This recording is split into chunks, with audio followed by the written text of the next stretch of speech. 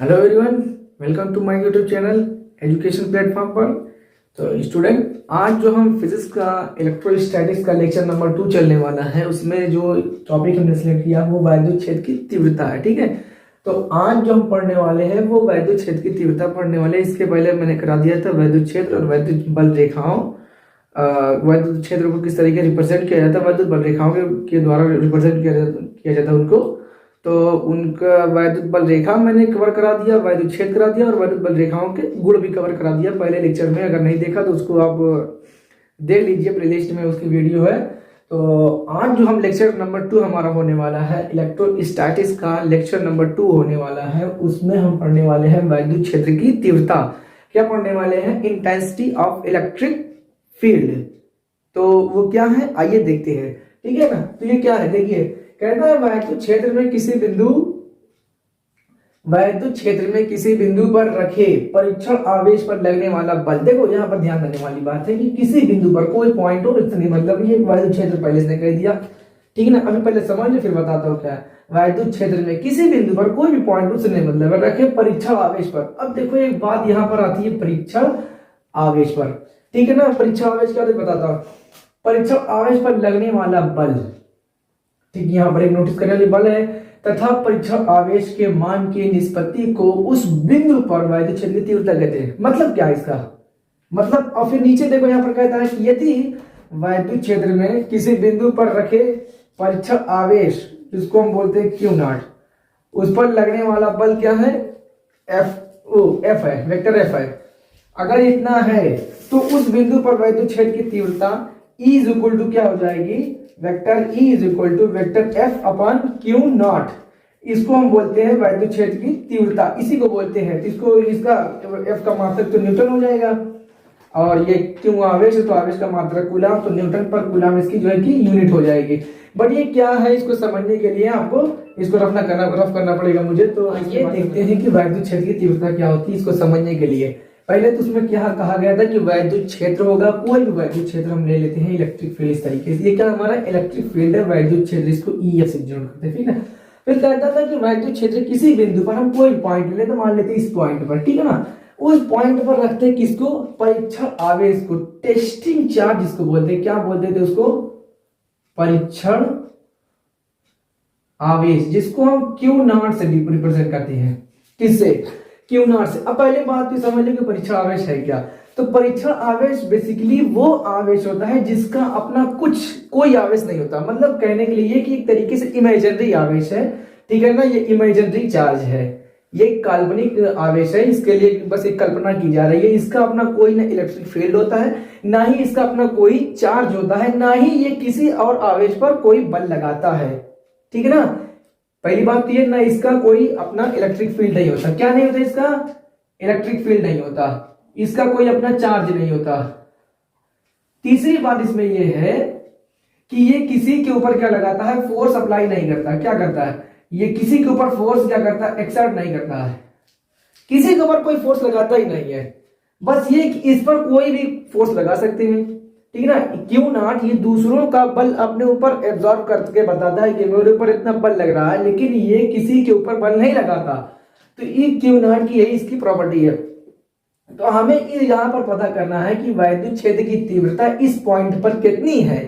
ठीक है ना, इस इलेक्ट्रिक फील्ड के अंदर में इस पॉइंट पर जो इलेक्ट्रिक फील्ड की जो इंटेंसिटी है वो पता करनी है इस पॉइंट पर। तो हमें उसके लिए क्या करना पड़ेगा, उसके लिए हमें इस टेस्टिंग चार्ज को, परीक्षण आवेश को इस पॉइंट पर रखना पड़ेगा। हमें इस पॉइंट पर हमें रखना पड़ेगा, क्योंकि इसका अपना तो कोई वैद्युत क्षेत्र है नहीं। तो इसको रखेंगे तो हमारे ऊपर कोई इसका फर्क पड़ेगा नहीं। तो जब हम यहाँ पर इसको रखेंगे क्यू नॉट को, तो इस क्यू नॉट पर एक बल काम करेगा। वो बल डिपेंड करता है कि ये प्लस है या माइनस है। ठीक है ना, अगर ये प्लस है, ठीक है, वो डिपेंड करता है कि ये प्लस, ये जो टेस्टिंग चार्ज आप ले रहे हैं वो प्लस या माइनस है। फिर उसके बाद डिपेंड करती है इलेक्ट्रिक फील्ड में जो आवेश है कि वो प्लस माइनस से लग रहा। अगर आप तो ये जानती हैं, अगर एक प्लस एक माइनस तो आकर्षण होगा इसके बीच में।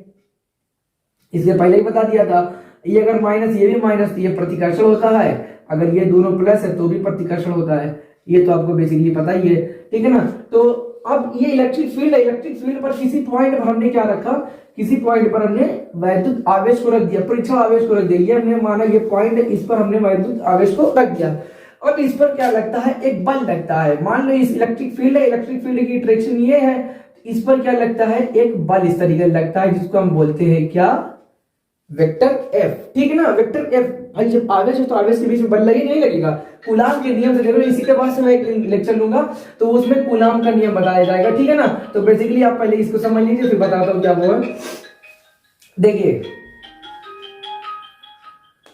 हाँ देखो, इलेक्ट्रिक फील्ड है, इसके बीच में पॉइंट है, उस पॉइंट पर हमने क्या रखा, परीक्षण आवेश रखा। उस परीक्षण आवेश पर क्या होता है कि वो अपने ऊपर कुछ न कुछ आकर्षण या प्रतिकर्षण बल का वो अनुभव करने लगेगा। तो अनुभव जो करेगा उस पर हम पॉइंट पर क्या पता लगा लेंगे, हम जितना बल है उसी के हिसाब से वो वैद्युत क्षेत्र की तीव्रता मिल जाएगी हमें। तो इसका जो फार्मूला होता है वो इस तरीके से होता है कि आप देखें, हाँ देखें, हमने यहाँ पर लिखा होगा, यदि वैद्युत क्षेत्र में, कोई भी वैद्युत क्षेत्र में बनाया था ना, किसी बिंदु पर रखे परीक्षण आवेश, परीक्षण आवेश कौन सा था, क्यू नॉट था, उस पर लगने वाला बल कौन था, वेक्टर एफ था। ठीक है ना, ये हमने बनाया था ना इस तरीके से, इस पॉइंट पर हमने क्यों आवेश रखा, इस पर जो बल लग रहा है वो इस तरीके से लग रहा है, मान लो एफ लग रहा है, इस पर बल इस तरीके से लग रहा है, इस डायरेक्शन में लग रहा है, तो इसको हम बोल दिया वेक्टर एफ बोल दे रहे हैं। तो उस बिंदु पर, किस बिंदु पर, इस पॉइंट पर वैद्युत क्षेत्र की तीव्रता क्या हो जाएगी, क्योंकि इलेक्ट्रिक फील्ड जो इस तरीके से है, ठीक ना, इलेक्ट्रिक फील्ड मान लो इधर है और फोर्स भी इधर लग रहा है, तो वैद्युत क्षेत्र की तीव्रता की डायरेक्शन क्या हो जाएगी, तो वो वैद्युत क्षेत्र कुछ है नहीं, ठीक ना। वैद्युत क्षेत्र अगर देखो, इस इक्वेशन को मैं यहाँ पर ऊपर लिख के एकदम एग्जैक्टली बताना चाहता हूं कि वैद्युत क्षेत्र की तीव्रता है क्या,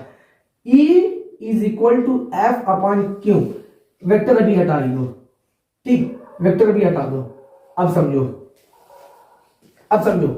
E इज इक्वल टू क्या है कि एफ अपॉन क्यू नॉट है, ठीक है ना। तो क्यू नॉट में कोई डायरेक्शन हो सकती है, क्यू नॉट में क्या डायरेक्शन हो सकती है, क्यू नॉट में क्या होगी डायरेक्शन, वो तो एक चार्ज है, वो तो अपने ऊपर या तो बल का कोई उस पर बल लगाएगा तो अपने ऊपर बस उस बल को क्या करेगा, सहन कर सकता है। लेकिन एफ क्या है यहाँ पर, एफ एक सदिश राशि है। 11 में अपने को 11 में हमने पढ़ा होगा कि सदिश राशि और अदिश राशि क्या होती है। तो इसमें जो बल है वो बल एक डायरेक्शन में लगता है, ठीक ना। बल जो होता है कि वो बल एक डायरेक्शन में लगता है, बगैर डायरेक्शन के आप नहीं लगा सकते। मान लीजिए हम इससे लगा रहे थे, इसको इस तरीके का धक्का दे रहे थे, इस तरीके बल लगा है ना, हमने इसको इस तरीके से कर रहे हैं, इसको तो इस डायरेक्शन में बल लगा रहे हैं ना। तो बल बेसिकली क्या होता है, वो सदिश राशि होती है। तो बल अगर यहाँ पर सदिश राशि है तो हमने इसके ऊपर वेक्टर लगा देते हैं रिप्रेजेंट करने के लिए कि मतलब ये सदिश राशि है, ठीक। तो E is equal to F upon q nought हो जाएगा। तो जब ये सदिश राशि है तो इस बल की वजह से वैद्युत क्षेत्र की तीव्रता जो है वो भी सदिश राशि हो जाएगी। क्यों हो जाएगी, क्योंकि बल के ऊपर ही डिपेंड करता है वैद्युत क्षेत्र की तीव्रता। क्यों नहीं, बल ही है, बल के ऊपर ही तो डिपेंड कर रहा है वैद्युत क्षेत्र की तीव्रता। बस ये तो मान है ना भाई, क्यू नॉट, तो ये मान है ना कि क्यू नॉट ये बताता है कि मेरे ऊपर इतना फोर्स लगाया जा रहा है। कौन लगा रहा है, कोई वैद्युत क्षेत्र के द्वारा किसी पॉइंट पर कितना फोर्स लग रहा है, उस फोर्स को आप बता रहे हैं। बट ये बता रहे कि इंटेंसिटी जो आप बता रहे हैं, आप यही बता रहे, इंटेंसिटी आप बता रहे हैं। इंटेंसिटी के लिए आपको डायरेक्शन भी बताना पड़ेगा, ठीक है ना। तो डायरेक्शन आपको ये पता चल रहा है, इसका मतलब ये है कि F जिस डायरेक्शन में लगेगा उसी डायरेक्शन में आपकी क्या हो जाएगी, वैद्युत क्षेत्र की तीव्रता।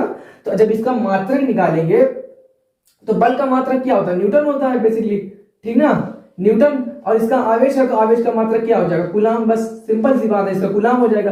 तो न्यूटन पर कूलाम वैद्युत क्षेत्र की तीव्रता का मात्रक हो जाएगा। फिर दूसरी बात होती है कि अगर ये जो मान लो कि ये क्यू नॉट है अगर नेगेटिव हो, अगर मान लो ये पॉजिटिव हो तब तो इस पर लगेगा, लेकिन अगर ये क्यू नॉट नेगेटिव हो तो जो बल लगेगा वो वैद्युत क्षेत्र की तीव्रता की विपरीत दिशा में लगेगा। अगर बल इधर लग रहा है प्लस में तो नेगेटिव में इस तरीके से लगेगा, बस यही चीज हो जाएगा, नेगेटिव में चेंज हो जाएगा, बाकी और कुछ नहीं है। वैद्युत क्षेत्र की तीव्रता यही है, ठीक ना। तो इसके बाद से मैं नेक्स्ट देखते हैं क्या है कि किसी बिंदु आवेश के कारण वैद्युत क्षेत्र की तीव्रता, ठीक है ना। क्या देखना है कि किसी बिंदु आवेश के कारण वैद्युत क्षेत्र की तीव्रता, किसी पॉइंट की वजह से वैद्युत क्षेत्र की तीव्रता क्या होगी, उसका जो डेरिवेशन होगा वो क्या होगा, वो इस तरीके से होगा। मान लो कि ये हमने यहाँ पर लिखा हुआ कि माना ओ बिंदु पर प्लस क्यू आवेश है इस पर, ठीक है ना, तथा स्मॉल आर दूरी पर एक बिंदु है पी है, यहाँ पर स्मॉल आर दूरी पर एक बिंदु पी है, ठीक है, जिस पर वैद्युत क्षेत्र की तीव्रता ज्ञात करनी है। किस पर ज्ञात करनी है, देखो इस पर हमें ज्ञात करनी है, इस पर हमें क्या करना है, ज्ञात करना है क्या, वैद्युत क्षेत्र की तीव्रता किसकी वजह से, इसकी वजह से, ठीक ना, इसकी वजह से इस पर हमें वैद्युत क्षेत्र की तीव्रता ज्ञात करनी है। उसके लिए हमें क्या करना पड़ेगा, उसके लिए हम ये कह इसके लिए माना, क्या माना, बिंदु P पर, इस बिंदु P पर क्या मानते हैं कि एक धन परीक्षण आवेश क्यों 0 है। किस पर, जब हमें इस बिंदु P पर बिंदु O की वजह से वैद्युत क्षेत्र की तीव्रता ज्ञात करना है, तो उसके लिए हम ये मानते हैं कि इस बिंदु P पर धन परीक्षण आवेश है। क्या है, एक धन परीक्षण आवेश है। हमने अभी पहले बताया कि धन परीक्षण आवेश एक ऐसा आवेश होता है जिस पर जिसका ना तो कोई इलेक्ट्रिक फील्ड होता है, ना जिसका कोई अपना चार्ज होता है, और ना वो किसी पर क्या बताए बल नहीं लगाता है वो किसी पर, ठीक ना। तो अब वैद्युत क्षेत्र ये क्या बोलते, धन परीक्षण आवेश ये क्यू नॉट है, ठीक ना।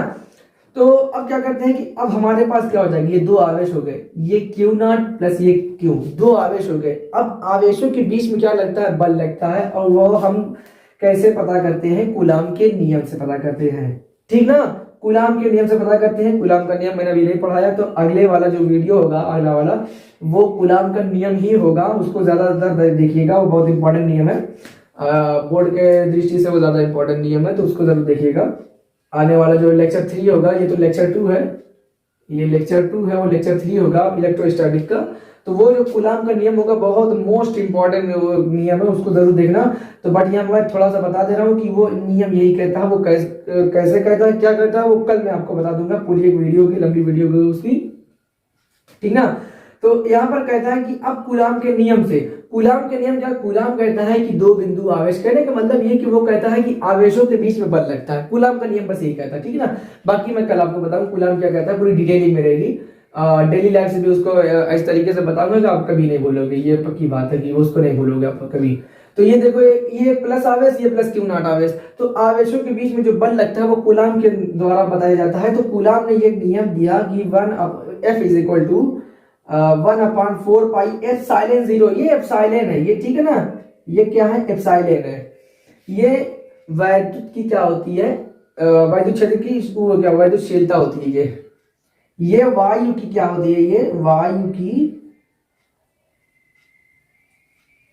वैद्युतशीलता होती है, ठीक ना। ये एक तरीके का प्रवैद्युतांक का काम करता है, एक तरीके से वायु की वैद्युतशीलता होती है। इसको मैं कल काफी तरीके से, काफी अच्छी तरीके डिटेलिंग में बताऊंगा क्या होती है। बहरहाल अब ये देखिए कि आज क्या होने वाला।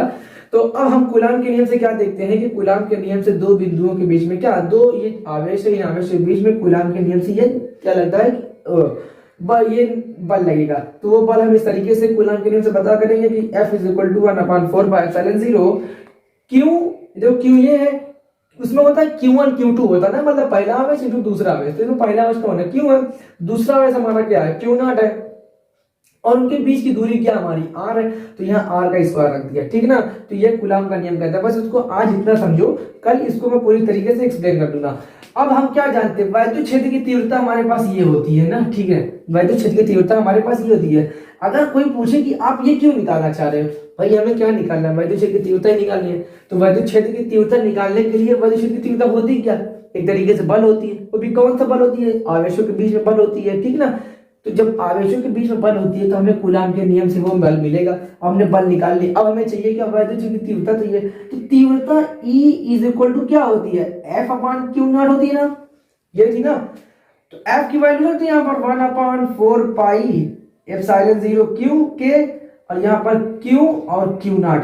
फिर क्या कहता है कि यहाँ पर Q0 आप रखोगे और r स्क्वायर आपकी डिस्टेंस है ये कूलाम के नियम से। तो ये आपका Q0, ये आपका Q0 कैंसिल हो जाएगा। तो E जो होगा आपका vector E equal to 1/4 pi epsilon 0 Q/r square, बस यही आपकी हो जाएगी। बाकी जो उसको बोलते हैं इसका जो यूनिट होगा न्यूटन पर कूलाम, वो वही रहेगा, वो थोड़ी बदलेगा। बस ये तरीके से ये है कि इस पॉइंट की वजह से जो वैद्युत क्षेत्र की तीव्रता इस पॉइंट पर हम निकालते हैं वो इस तरीके से निकलेगा, ठीक ना, ये इस तरीके से निकलेगा। तो मुझे लगता है कि शायद आपको ये बात समझ में आ गई होगी। तो आज के लिए बस इतना ही, लेकिन अगर कोई डाउट होगा तो उसको कमेंट सेक्शन में छोड़ दीजिएगा, तो उसका मैं जवाब दे दूंगा। आज के लिए बस इतना ही। कल हो सकता है नया सेशन चालू किया जाएगा, उसमें गुलाम का नियम होगा और फिर वायुद्युत ध्रुवागुण होंगे और तमाम इस तरीके से ये प्लेलिस्ट चलेगी। तो आज के लिए बस इतना ही, ठीक ना? Okay, bye bye.